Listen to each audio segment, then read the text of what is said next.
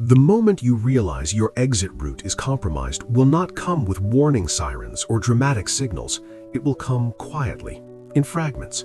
Traffic that stops moving but doesn't clear, a fuel station that runs dry 2 hours earlier than expected, a roadblock that wasn't there yesterday, a crowd forming in a place that should have been empty. This is where most plans fail, not because people didn't prepare, but because they prepared for movement without understanding friction. The assumption that mobility equals safety is one of the most dangerous oversimplifications in survival planning, and it collapses under the weight of real-world constraints almost immediately. The concept of a bug-out is often treated as a linear escape. Identify a threat, leave the area, reach a safer location. But real systems, transportation networks, fuel supply chains, population behavior do not operate linearly under stress. They behave like overloaded circuits, where small disruptions cascade into total failure. Traffic congestion alone is not just a matter of inconvenience, it is a predictable outcome of density thresholds being exceeded. When too many individuals attempt to use limited road capacity simultaneously, flow collapses into gridlock. This is not hypothetical, it is modeled in civil engineering through traffic flow theory, where even a minor slowdown can trigger a backward propagating shockwave that halts movement for miles. In a crisis, those shockwaves are amplified by panic, indecision, and lack of coordination. The misunderstanding begins with timing. Most people believe they will leave early enough, but early is not a feeling, it is a measurable window defined by detection, decision, and execution. The delay between recognizing a threat and acting on it is often longer than people assume, and during that delay, thousands of others are reaching the same conclusion. This creates a convergence problem where independent decisions synchronize unintentionally, overwhelming infrastructure. The hidden science here lies in human reaction time under uncertainty. Behavioral studies show that when information is incomplete or ambiguous, people hesitate, seek confirmation, and delay action. This hesitation compresses departure times into a narrow window, eliminating the advantage of early movement for the majority. Evidence from evacuation studies reinforces this pattern. In multiple large-scale evacuations, including hurricanes and wildfires, departure curves show a sharp spike rather than a gradual increase.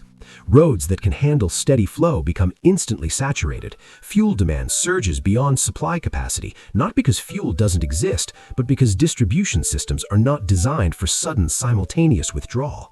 Tanker deliveries operate on schedules optimized for normal consumption, not emergency spikes. Once local reserves are depleted, resupply becomes impossible if transport routes are congested. This is why fuel availability collapses regionally, even when national supply remains stable. The survival implication is immediate and severe. If your plan depends on uninterrupted vehicle movement over long distances, it is already vulnerable. Distance increases exposure to failure points, intersections, checkpoints, accidents, mechanical issues, and human interference. Every kilometer traveled multiplies the number of variables that can go wrong. The longer you remain on the road, the more likely you are to encounter a system failure that you cannot control.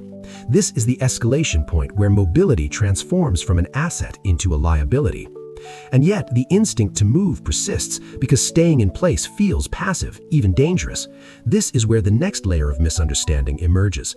People assume that leaving an area automatically reduces risk without evaluating the destination's capacity to absorb incoming populations. A safe location is not defined only by its distance from danger, but by its resources relative to the number of people arriving. Water availability, shelter capacity, sanitation infrastructure, and security dynamics all determine whether a location remains viable. When too many individuals converge on the same perceived safe zone, it undergoes the same stress dynamics as the area being evacuated, only with fewer resources. The hidden science here involves carrying capacity and resource depletion rates.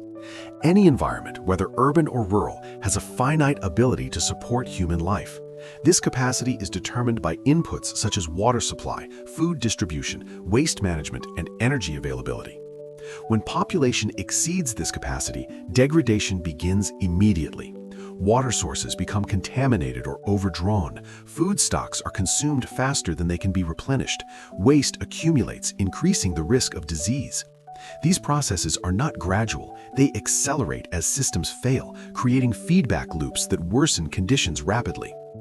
Empirical evidence from disaster zones shows that secondary locations often become crisis points within days, sometimes hours. Shelters reach maximum occupancy and begin turning people away. Informal settlements emerge without sanitation, leading to outbreaks of illness. Security deteriorates as competition for resources intensifies. These outcomes are not the result of poor planning by authorities alone. They are the predictable consequence of population displacement exceeding logistical capacity. The survival implication is clear. A destination is only as safe as its ability to sustain you independently of external support. This leads to the core principle that is often overlooked. True bug-out planning is not about movement, but about controlled relocation under constrained conditions. It requires understanding not just where you are going, but how systems behave under stress along the entire route and at the destination. It demands redundancy, not just in supplies, but in strategy. A single route is a single point of failure. A single destination is a single point of failure.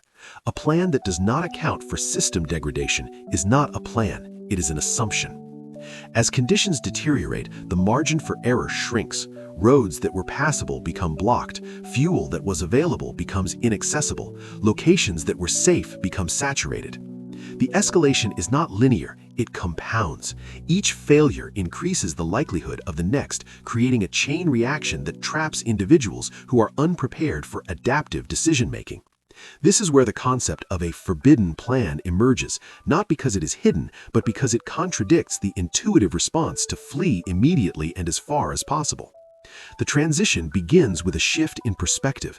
Instead of asking how to get away, the question becomes how to reduce exposure to failing systems while maintaining access to critical resources. This reframing reveals strategies that are often ignored, not because they are ineffective, but because they require discipline, patience, and a deeper understanding of how infrastructure, human behavior, and environmental constraints interact under pressure.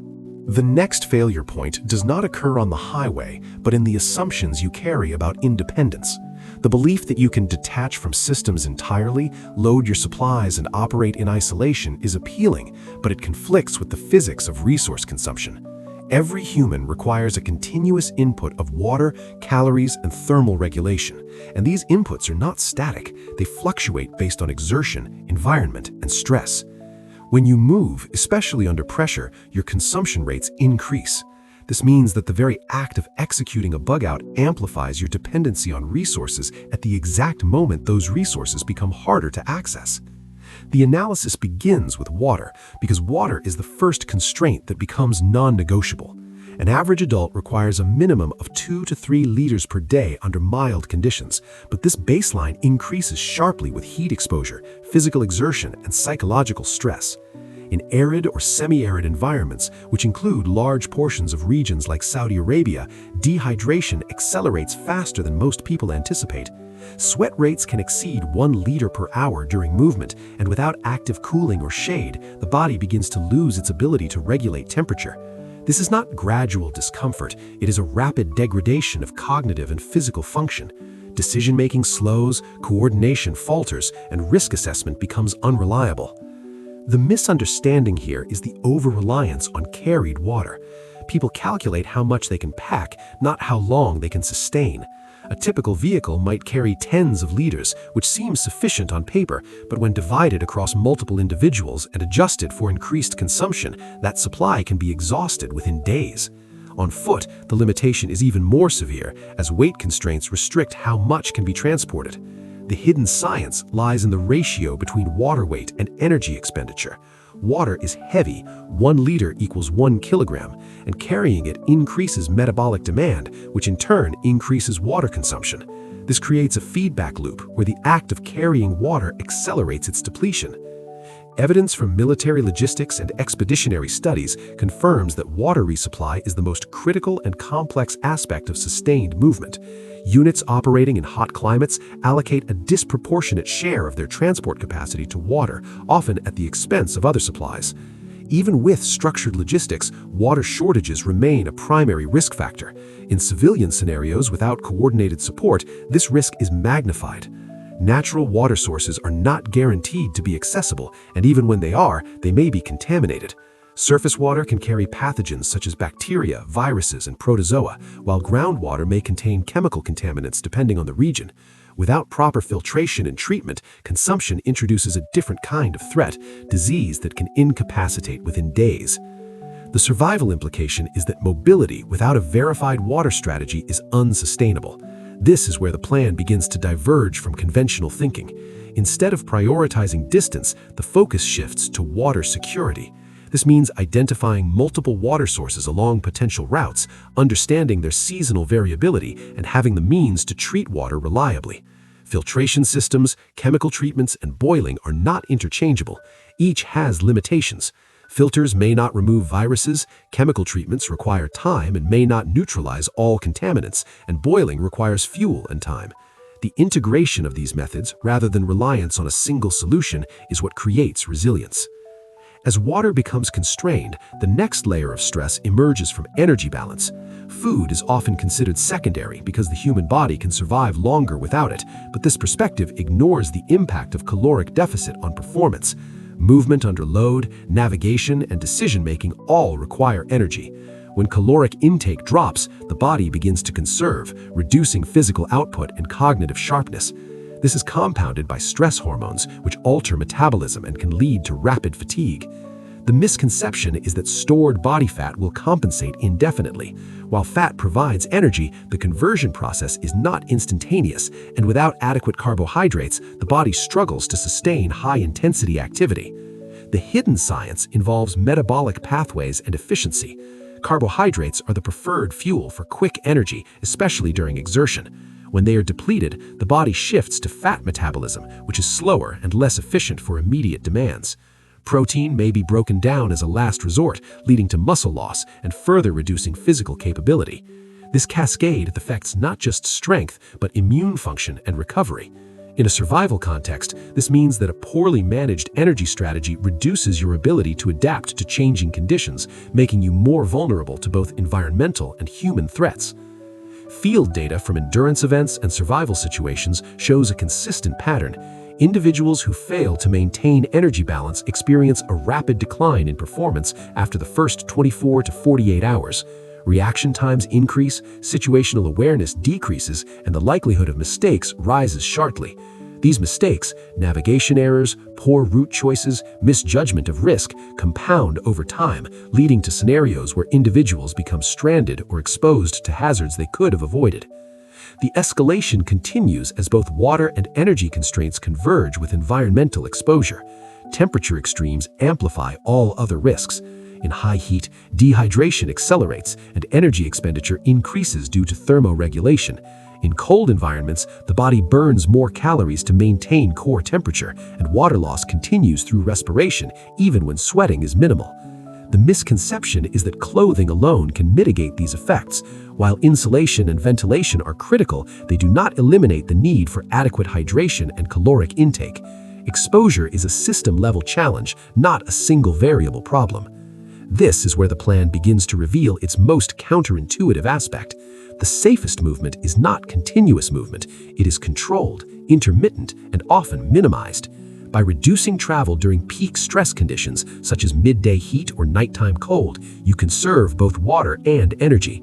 By selecting routes that provide shade, cover, and access to resources, you reduce exposure to environmental extremes. This approach contradicts the instinct to move as quickly as possible, but it aligns with the physics of survival. Speed without sustainability leads to failure. The transition now shifts from resource management to human dynamics, because as infrastructure degrades and resources become scarce, the behavior of other people becomes a dominant variable. The road is not just a physical pathway, it is a shared space where individual survival strategies intersect, often in conflict. Understanding how these interactions evolve under stress is critical, because the next threat does not come from the environment alone, but from the convergence of individuals competing for the same limited resources.